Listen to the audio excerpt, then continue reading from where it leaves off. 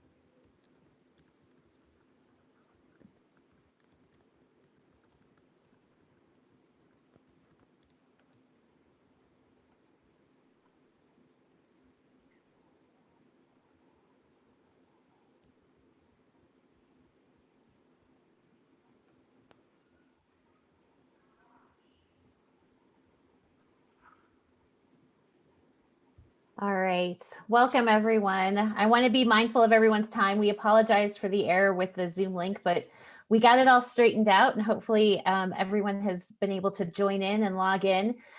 We are recording this, so if for some reason someone that you're friends with realizes that they didn't get in time or had issues with the link, this will be posted on our YouTube page as well as museumexpert.org. So without further ado, let's take a moment first and make sure that we're all on mute because we don't want to interrupt Kay and throw her off as she's speaking. But we're very fortunate today to have Kay Linder with us from Thinking Ahead to talk to us about leveraging your network. Kay is a partner at Thinking Ahead Executive Search Experts. Before Thinking Ahead, she worked in many nonprofit roles, specifically around conservation and ecology. So she's one of our people. She loves working with all of us in nonprofits, especially museums and zoos and healthcare. And she's been very gracious with her time and willing to give us a little more detail exactly what leveraging your network really means. So if you have any questions, feel free to drop them in the chat. We have Tamara with museumexpert.org who will be monitoring the chat. And at the end of our discussion here, we will have Kay's time for just a few minutes to ask some questions. And then we will see how everything goes. Okay, I'm going to turn it over to you. Thank you so much again for joining us today. Absolutely. Let me just get my... Yep. There we go. Are we good? We're good. Very good. And thank you so much, Colleen, for that kind introduction. And even before I was a recruiter, I found myself in several occasions in my career switching areas and interest. I started, my undergrad was in environmental studies, and the year I graduated, Ronald Reagan was elected and froze EPA hiring in some of the places I had aspirations of working for. So I had to all of a sudden plunge into more of a business career, working for a hotel resort business for a few years, and realized my soul was not in that. And so I decided I wanted to get back into my roots and work with environmental organizations, but didn't have any experience in it. And so I started leveraging my network, and this was way before we had LinkedIn and a lot of the tools that we have today. And from there, I was able to, as Colleen mentioned, have roles with an environmental coalition. I did a bit of lobbying, a bit of fundraising, a bit of programs, and a lot of volunteering, but that evolved into a career. And at one point, a member of my board tapped me and said that her husband had a search company and that they were building a nonprofit group, and would I like to come in? So even though it's a business, I still feel like I'm working directly with the nonprofit organizations and individuals, helping you further your career, helping my clients achieve the goals that they want, And so I'm really privileged to be able to hopefully end up giving you a few tidbits that might be helpful. And I'm going to speak from the premise that some of you are actively looking, some of you are considering changing missions within nonprofit, and some of you might just simply want to be learning how to be a better networker. That way, I hope that this will be relevant to everybody that's on the call. Okay. So when you talk about networking, it's really important that you really frame your purpose. What do you want to do with your networking? Do you want to amplify your network in your current mission sector? Instead, you want to secure a new job still within your current mission sector? Or are you committed to crossing over to a new nonprofit sector and building a brand new network?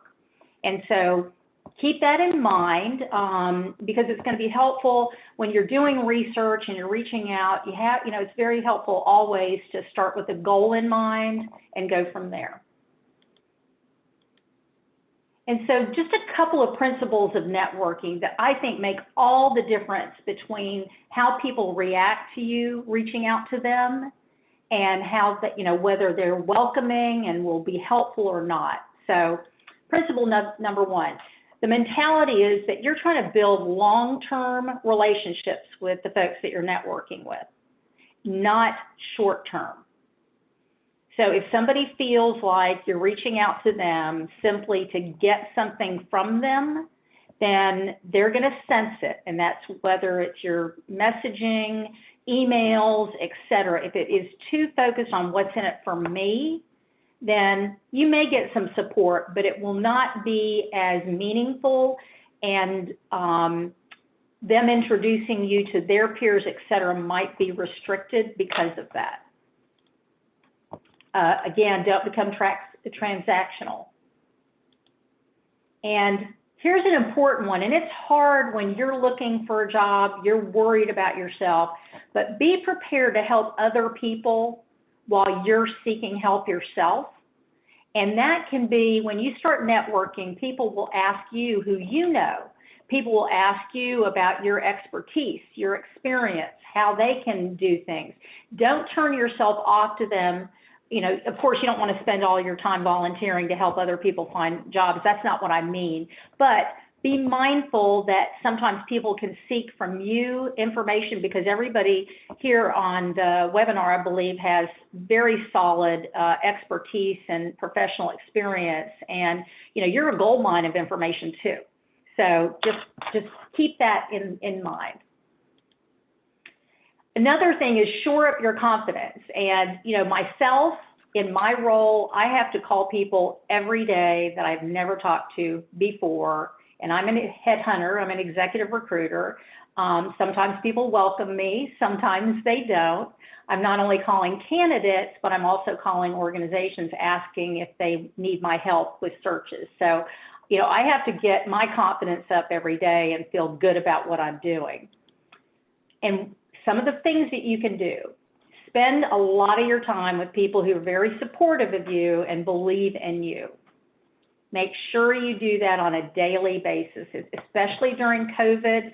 Some of us have gotten really isolated and we feel, we're in a hole. We, are reluctant to reach out to people. It's ironic, when you need to reach out to people, you're less prone to do it. So make sure you do it. And also avoid pity parties. Pay attention to people that are consistently negative, especially about careers and job prospects. It's okay to have a brief commiseration about, darn, I didn't get the job, I interviewed, whatever. But if there are people that are consistently negative about it, you need to kindly distance yourself. You got to keep yourself, your emotional health whole. And remember, you've had a terrific work legacy up to now, and you will find the right opportunity. I cannot tell you how many times I've worked with people who have all of a sudden been laid off. I worked through COVID and still am dealing with that now. But because I keep track of people, so many of those folks are starting to find new roles, and they're actually happier now than they were pre-COVID. So just keep that in the back of your mind. This is a journey. And the other thing is, don't ever appear, don't let them see you sweat. Don't appear desperate, anxious, or impatient, because you aren't. You are picking your destiny. So if you have in the back of your mind, you talk to somebody and immediately you find out the job is closed, don't act like you've lost your interest. Go ahead, go through the conversation, because you never know. They could have another role that's coming up. They might have a friend who is doing a search for somebody like you. So make sure that you're always upbeat before you go into any of these components. Okay, now, simple question, where do you spend your time, especially if you're not currently working? You have a whole lot of time on your hands, and sometimes that's more difficult when you don't have much time on your hands. And so before you do things, you have to have a plan. I know in every role that anybody on this call has had, if you have a project, if you have a goal, you have to figure out what's going to get you to the goal. So it's really helpful if you start by, if you're looking for work, establish the organizations, or at least the type or locations that you want to work with, you want to work for. And it's helpful if you create a list. There is something about creating a list that keeps you on target. It lets you check off things as you make inroads with people. You can always expand that list of organizations. So don't spend 2 weeks creating something that's 300 organizations. Start small, maybe a group of 25 organizations, and then work from there. Also, I don't know if you all have capitalized much on LinkedIn groups, especially if you are moving into a different mission sector. If you go into LinkedIn groups, you can do searches for different terms, different names of groups. So you may want to look at, and I think you're allowed either 50 or 60 groups to join. And in order to do that, you need to figure out the groups and figure out ahead of time, because if you just start clicking join, join, join, you're going to hit your limit pretty quickly. And you're also not going to be able to manage being a participant in that group. Yep. Also, associations. There are lots of local chapters of professional associations. And again, even if you, Okay, and I know it's safe. If anyone gets too close to either of you, ram them with your shopping cart. Okay.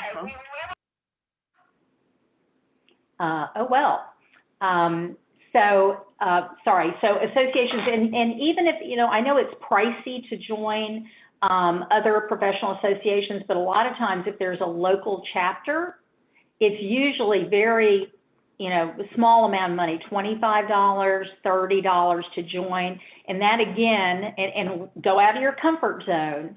And if you, know all the people, in museums, then you might want to find, another nonprofit and start circulating with that group. The next step over. And budget your weekly and daily time. Really define what you're doing each day. Have a plan. And I'm going to walk you through what to do. And if you have the luxury, and you can, you might want to budget a little bit of money if possible. It's not essential, but as I walk you through some tools, if you can, there are a couple of things that might be helpful to invest in. And then, okay, so you've done that. Now let's get your foundation in order. LinkedIn profile. That's the number one thing that people will turn to after they talk to you is they will go to LinkedIn and click on your profile. And I have seen a lot of people's profiles that have not been updated since the job before the job they were most recently in, or they've spent 25 years in an organization and their description of what they've done is 2 sentences long. That's, all it is, very, very small amount of information. This is the way to really broaden who you are to the public eye. And Colleen was kind enough to let me, hopefully this will open, use her as an example, so you can see some of the elements that we're talking about. Okay. So you can see that, first of all, she's used this open to network tag that you can opt for. She's, currently got what she's doing right now.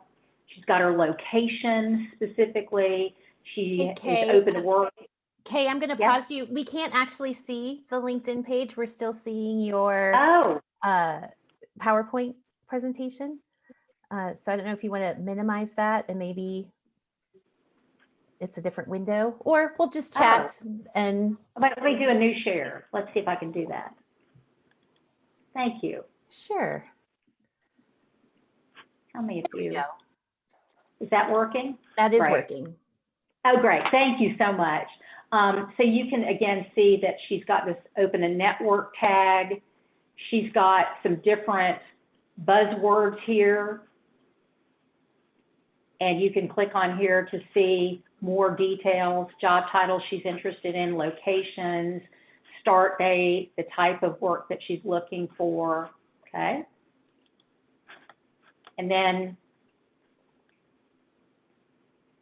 this is hard for you to control, but people that can rank you and say, hey, I know her because she's really good at PR or whatever. That's hard to control. I don't really pay a lot of attention to this. 9 mutual connections, right? So that's important to reach out, and we're going to talk about reaching out to your network next. But when you connect with somebody and all of a sudden you're connected to 9 people, 20 people, 30 people, then that gives you right there a medium to talk to them from, who you know in common, how you know that person, et cetera. So that's really helpful. And then your about. Keep this simple, but as she has, 15 years of experience, she excels in planning, she's a type A extrovert, team-oriented, and find me at museumgeek.net, her own webpage. You don't have to have your own webpage, but it is helpful. And then she's identified and posted some different articles and presentations that she's made under her profile, so people can click on those and see them. And then activity. This is something that I can't tell you how helpful it is. If you want to keep your name in front of people, and of course, these are only people that are your first connections unless they're looking at your page. But when you go on your home page, let's see, I'm going to get out of that because I think you're not going to be able to see it. But when you are on your home page and you have all these different people, with different postings on there, take a minute and don't just like it or celebrate it or whatever, and don't do this with all of them, but write some comments out there, because when you comment on there, that pops up, and everybody that has looked at that post, your name pops up in front of them. And that's just another way that you can keep people mindful of who you are. And then let's see here. She also listed all her certifications. She's got some endorsements and this other part, recommendations. This is something that everybody should do a better job with. You have to reach out to people in your network and ask them to write up a short recommendation. It's simple. In fact, I do it with my clients and candidates all the time. I'll ask them, hey, did you enjoy working with me? Great. Well, would you mind taking a few minutes? I'll send you the link to do it off my profile. And here's an example of what somebody else wrote about me. So I make it mindless. It's like so simple for them. And I know that I'm sorry? a lot of people are snow advisory for the mountains, Ray, stays in effect until Sorry, 5 p.m. this Lynn? afternoon. Lynn, if you could mute your But sound. clouds hanging over. Lynn, if you could mute your sound, please, we'd appreciate it. Sorry, thank you. Thank you for that. But, you know, think about all the people that offered to help you if you're actively looking. They say, you know, call me for anything. I'm glad to help. Here's an easy way they can help you, and the more you can get people to talk about you from all different parts of an organization, the better, especially if you're trying to move from one area of proficiency to another. Maybe you know somebody if you want to move over into education. Maybe you know you worked with somebody in education, so have them comment on you. You know, think about where you want to go and not just what you've done to reach out to those people. And most people, honestly, it takes 2 minutes to do this. We'll offer to do it, and it really helps. And accomplishments is a great place to spend your time. Your interests is good. So if there's one thing I want you all to do before you start applying for jobs and doing all that work is clean this up, put your picture on there, and have a really good professional picture.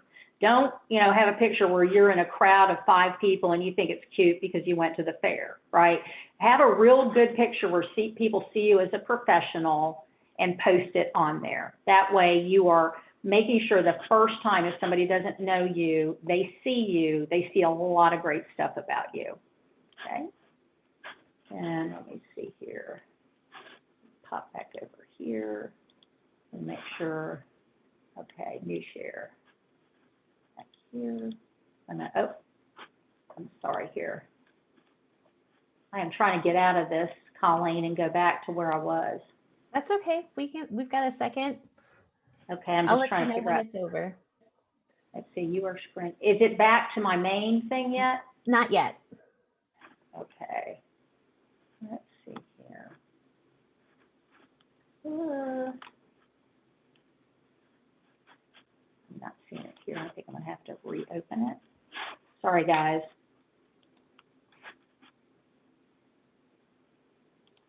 Just do something very quickly. Now it's my turn to have a technical difficulty.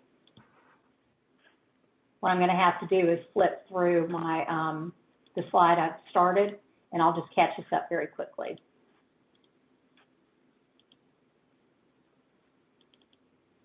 We're still seeing LinkedIn. Okay, so I'm about to share my PowerPoint again.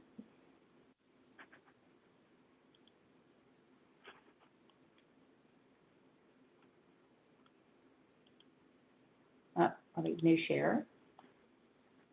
There we go. All right, now I'm going to flip through here very quickly. Let me put it on PowerPoint. We can see the presentation now. Thank you. Looking good. There. Thank you. Yeah, switching back and forth. So we were here, initial research. We talked about this, and then refining your foundation. So we just finished up with a LinkedIn profile. We have an example of Colleen's to use as a model. And then, seems, Kay, we seem to be stuck on where to spend your time. That's what I'm seeing. really?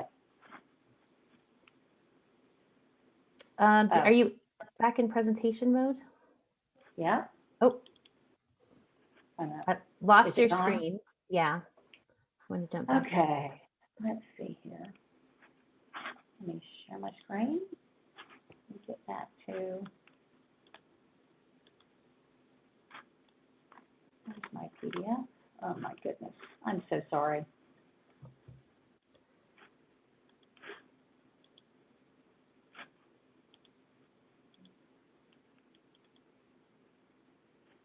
All right. Hopefully this time we won't have it sticking.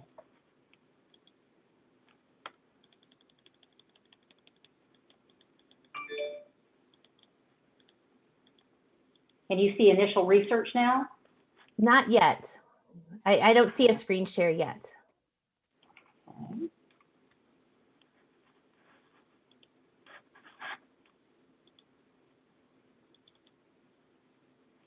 Mine is saying share screen. Oh, geez.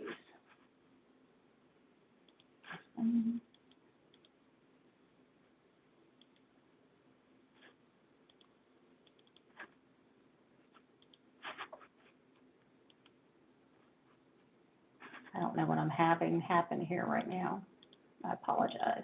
It's okay. Would you like me to jump into my copy? Could you do that? I That can. might be simpler and just click through it. Let's see if we can. Yeah, I've been having some issues with my computer speed, and I think that's part of my problem here. Let me.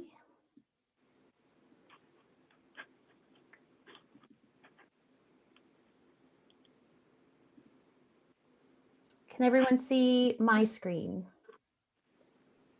Yes. Great.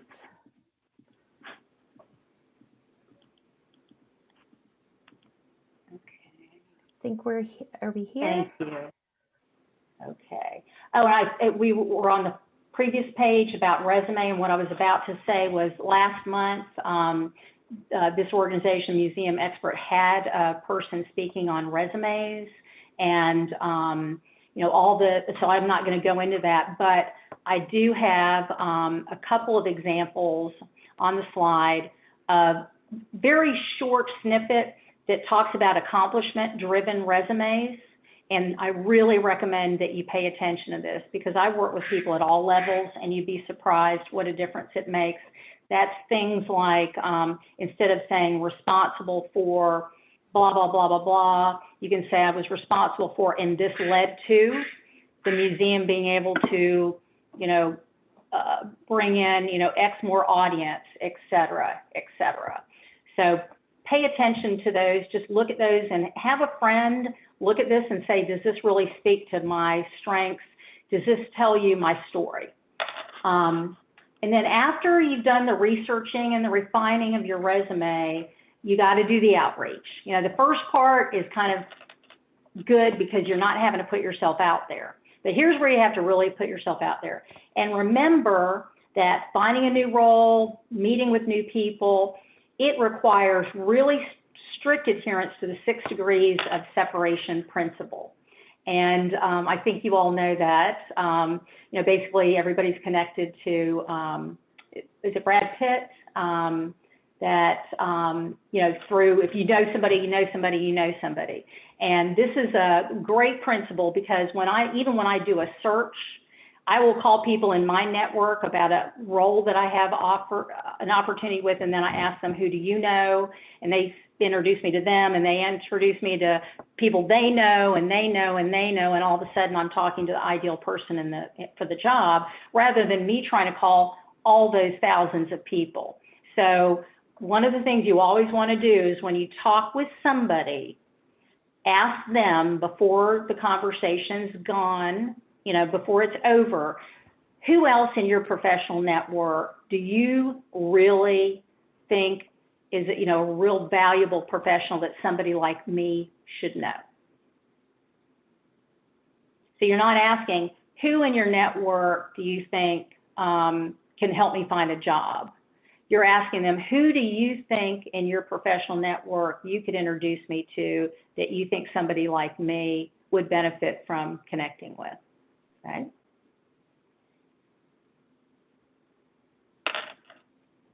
Okay.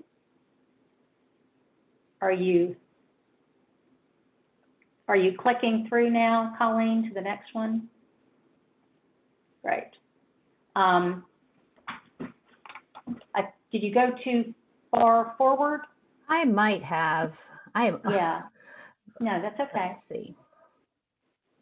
You don't know this program. I mean, I'm the one that wrote this, so my apologies. And I'll stop apologizing. It's happened. I'm just concerned that you're not seeing what I'm seeing. I'm seeing conversation with someone working in a place where there's a job posted. Okay, and you don't, unfortunately, my Zoom display is covering half of that. I just want to make sure you're not seeing that. Okay, no, we're All seeing right. the whole thing. Okay, fantastic. There you go. All right. So I think we've missed a screen or two though, because I was talking about emailing, et cetera. I think we need to back it up a couple. Is this good? Back it up one more. One more. Yeah. Let's just keep clicking through. Okay, click through. Okay. And then, oh, back it up, please. So that's where my point was, referrals to other leaders in the field. Ask them for that. And then go into LinkedIn, and everybody you already know that you aren't connected to, connect with them. And LinkedIn themselves have found that when you send an invitation to somebody, if you just click connect, like if you're on your cell phone and do this, people might respond, but instead, if you actually write a quick note to them, they will much more likely connect with you. Now, LinkedIn would shoot me if they heard me say this, but please know that if you don't know somebody, you can still try to connect with them. LinkedIn will slap your hand sometimes if you try and people, complain about it. That's why you write a note. And, simple note, something like, because you and I are in the same field, we both, blah, blah, blah, blah, blah. I'm surprised we haven't already connected. Let's change that. Is a good intro, because then you're saying why you're connecting with them. We're in the same field. We both care about X. We both know John Doe. All of, just take a minute, and you can write that same note over and over and over again to people that you don't know. And once they connect with you, then you get access to their connections, right? That's the joy of LinkedIn. So you have to be a little bold there. Okay, and Colleen, can you click again? Okay, so here's the process. If you are a second connection to somebody, send an invite if possible, leave a voice message, and send an email. And I know you're thinking, oh, that's overkill, but everybody's wired differently. Some people check their LinkedIn accounts all the time and monitor that. Some don't. Some people, especially if they're of a certain generation, don't listen to voicemails or answer calls directly, but they may listen to a voicemail. And these are not ors, these are ands. And send an email to them. Because your goal in doing all of this is to have a conversation either for over the phone or for right now through Zoom. That's your goal. Your goal is not to have an email conversation with somebody back and forth. You really want to get somebody live on the level so that you can begin to build your relationship. And Colleen, can you click now?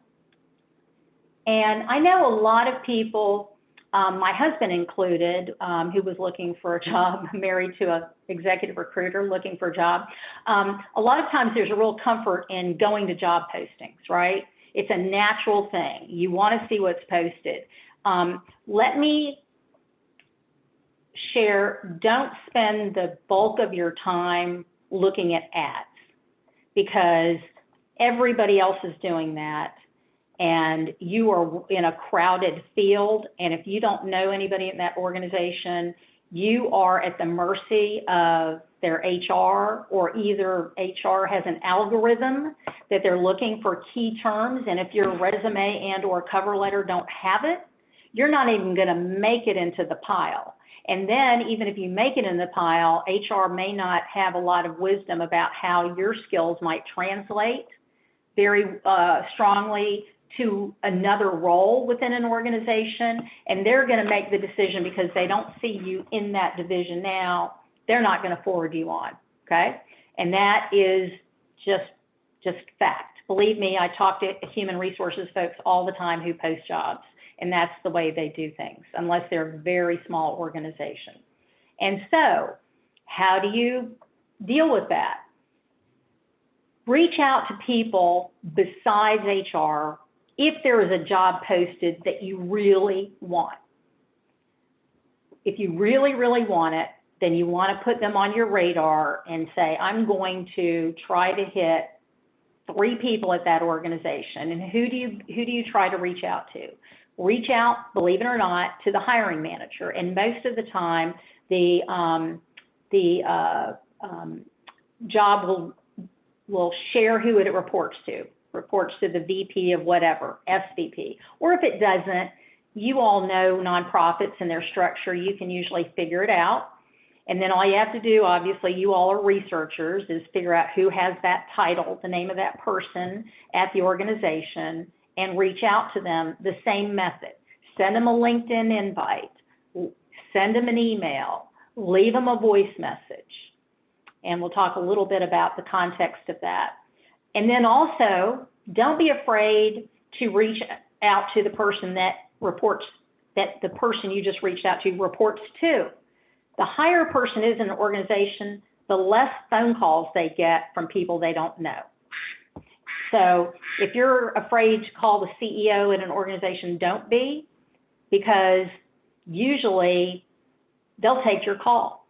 Or if they don't take your call, they will refer you to the person that you really want to talk to, who's the hiring manager at the organization, right? So do it. I know you have to think, oh, can I do that? Yes, you can. I do it all the time. In fact, I taught other people on my team to do it. Nobody would call CEOs, and it really, really works.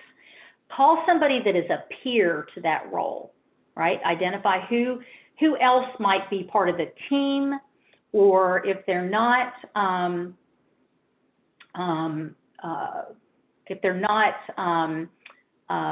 if there's one person in that department at that level, then, you know, whoever would be the person that would be in the next department that person would work closely with. And then anybody at the organization that has your background, right? Because that's an ally. That's somebody that understands you, what makes you tick. So even if it's in a different mission sector, but it's an education position or an operations person, call them up and say, hey, we have a lot in common. I'd love to talk to you. How do you like working at the organization? Is it a good place to work? What keeps you there? Just start that conversation. Can you go to the next slide? Okay, and what is the conversation, right? Another principle. Ask for their help, but not for a job. Don't call them up and say, I want a job, I want your job, I want the job that's posted. Let them know that you are looking at other organizations as potential places you might at some point want to join, and you're doing research, right? And then when you get them on the phone, ask them, why did you join the organization? What keeps you there? If you can share a little general about your background, and then ask for their opinion. Don't ask for the job. Say, do you think somebody with my background could transition us to, your team? Do you feel like my skills are translatable? Or are there other roles where I might be a better fit? So you are talking generally about your career. You're not talking about the job. Believe me, if they think you're a good fit for the job, they're going to ask you about it, right? So you don't want to get in their face about it. You got to be a little tactful here. And I know we're running out of time, but Colleen, can you click? I don't think I have much more here. And then also ask for referrals. Are there other people at the organization with a similar background to me that you think I should speak with to figure out how they made the switch, who they knew, how did they do it? Or do they know people at other organizations that are really well respected in their field that you should know? Again, and that way when you reach out to that person, you can say, I was just talking to Jane over at blah, blah, blah, and she suggested that you would be a great person for me to reach out to because I'm exploring, moving from working at museums to whatever. Great. Colleen, you can click. And then last, this is important, set goals for yourself, especially if you're not working right now, right? You don't want to be nebulous. You don't want to spend all your time just clicking and applying for these jobs online. This is homework. And you can modify these numbers, but weekly, especially at the front end of your search. Send LinkedIn invites or emails if you aren't close enough in connection to 75 people a week that you're not connected with, and kind of focus on hiring managers for the types of roles you'd like to have, individuals in the role level that you're looking for, find out who they know, how they got there, et cetera. Individuals who have recently moved into a new role. Because if they just started a new job and you talk to them, then say, where else were you looking? Why, how did you find this role? They may tell you, oh, I was interviewing at X, Y, and Z, and that could have been a week ago that they just moved away from those roles, and those roles are still open, and they, you may not have them on your radar. So find out where else they were interviewing. Also ask them, I know you just recently left X organization. Did they immediately have somebody to backfill that position? Had you, helped find the person internally? They may say, no, in fact, I think they're going to launch a search. You get all kinds of great information from people right when they move. So you want to do the 75 invites or emails. You want to leave voice messages and send emails to 50 people. Now that's 10 a day on a work day. I think you can fit that in. And then set a goal. Try to have 5 live conversations per week initially. And once you warm up and you get good at this, push that number up. Just push it up and keep challenging yourself. And even, I recommend doing this even after you move into your new role, because if you keep doing this, you're going to be better at your own role. You're never going to find yourself in another situation where you don't know who to reach out to when you're looking for a job. And Colleen, I'm not sure if I have one more clip or not. No, I think that's it. It's not Great, giving me another one. great.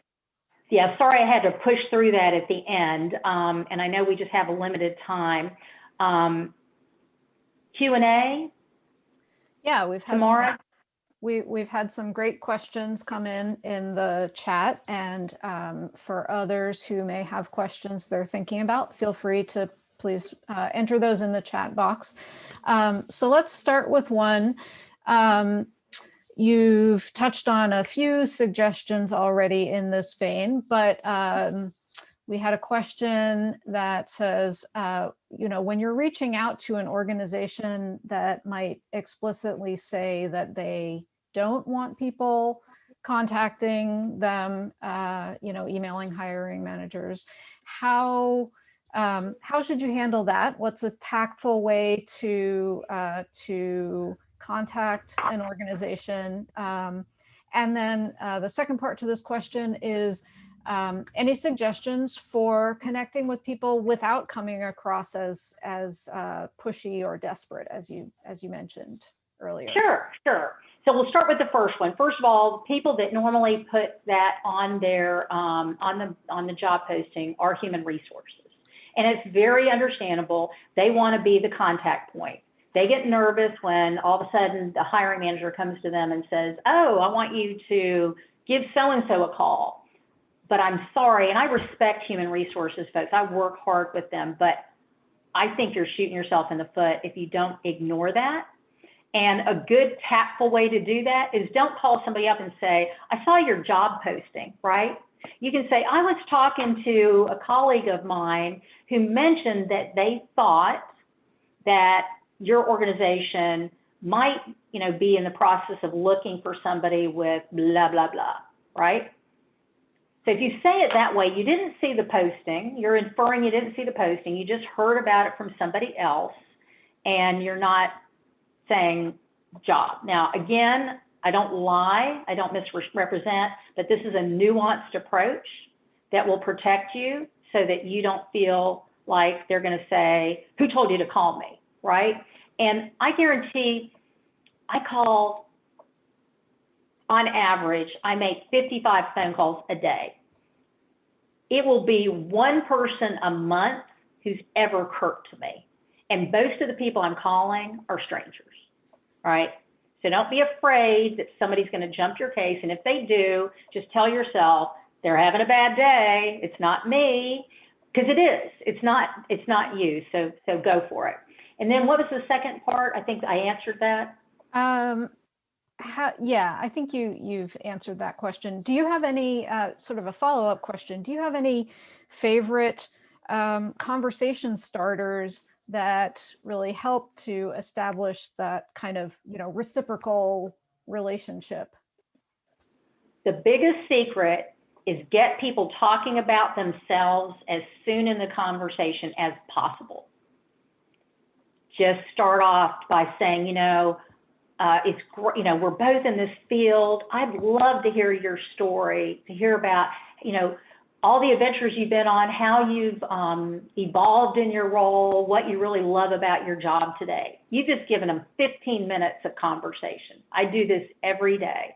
People will talk to you, and once they start talking about themselves, they're going to give you all kinds of little clues about what to talk about next.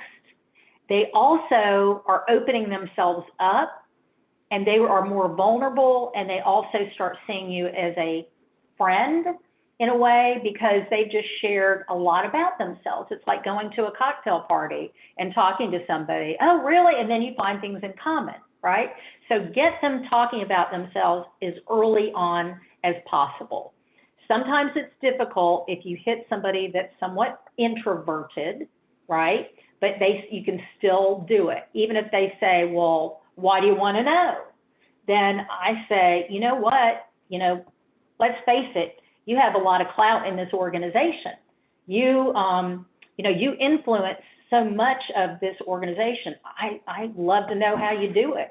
What keeps you up at night? What are you excited about this year? Just, again, don't hear the no, don't hear the shutting down, just keep nicely talking, have a smile in your voice, keep humor involved, pick on your personality, but, just whatever your personality is, be your best personality. Be the person that when you feel all warm and fuzzy and people love you when you're talking to them, that's the best person you are, right?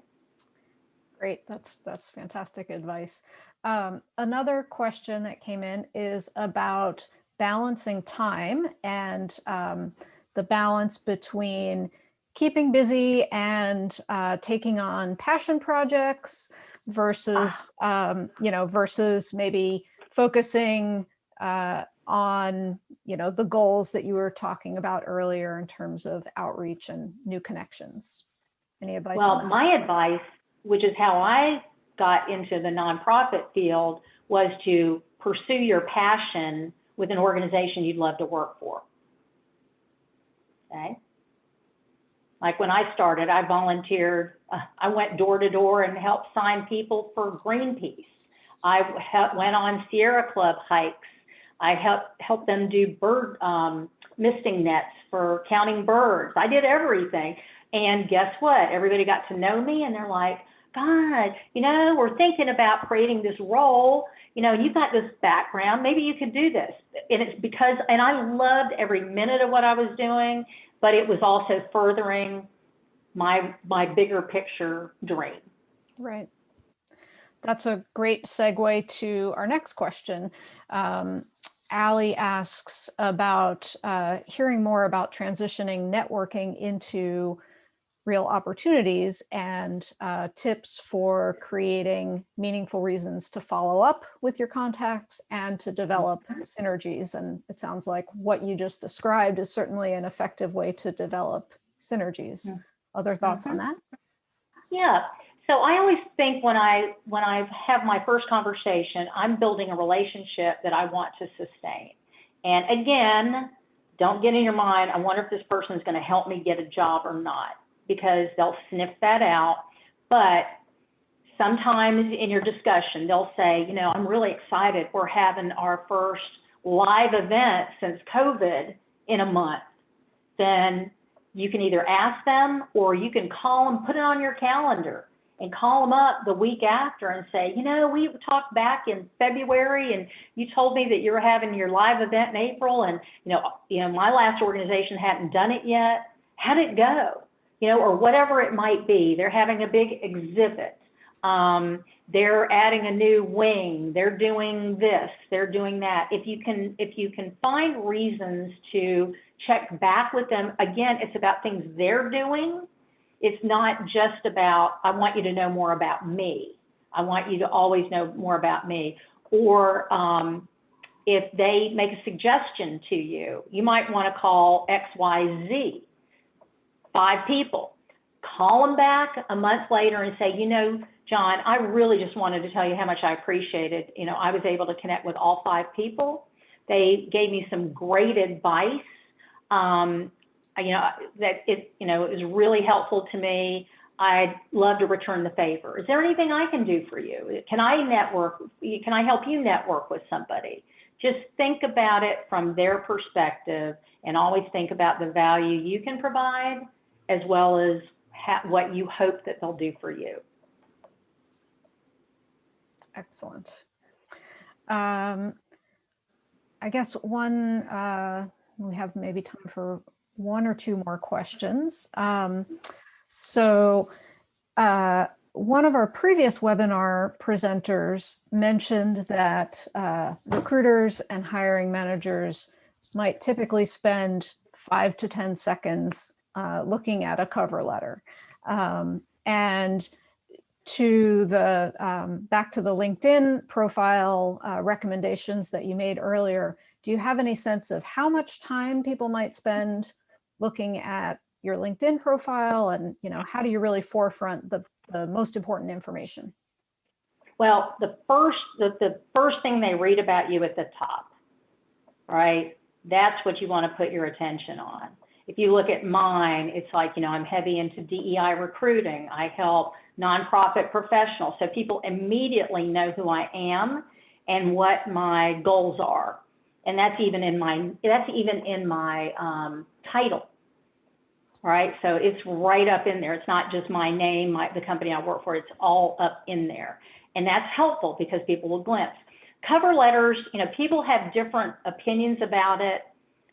My opinion is that the first thing people will do if given a cover letter and a resume is they're going to go to the resume. Okay? So don't depend on your cover letter to fill in the blanks about what you didn't put on your resume, right? I have so many people that say, well, I covered that in my resume, in my cover letter. And I'm like, no, because what'll happen is HR may get your cover letter and maybe you make it to the next level and they send it over to somebody. They rarely will send the cover letter. They'll just forward the resume, right? I got this in the mail. Are you interested? Boom. So that's why the resume is really, really important. Okay, great. So I think this will be our last question.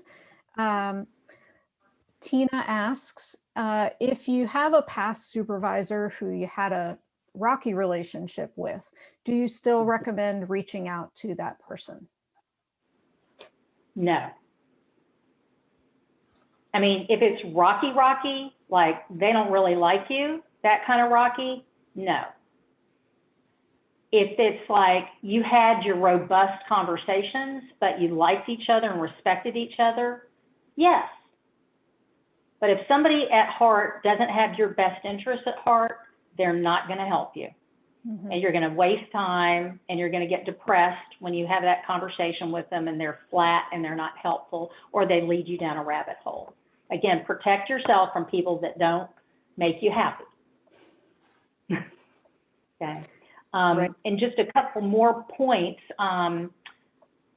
I will, and I'll send to you, Colleen, the accomplishment-driven resume example that I have, so you can include it, maybe tag it to this, just as an example. Again, the person that did this February thing, I'm sure did an amazing job and probably addressed a lot of the same things.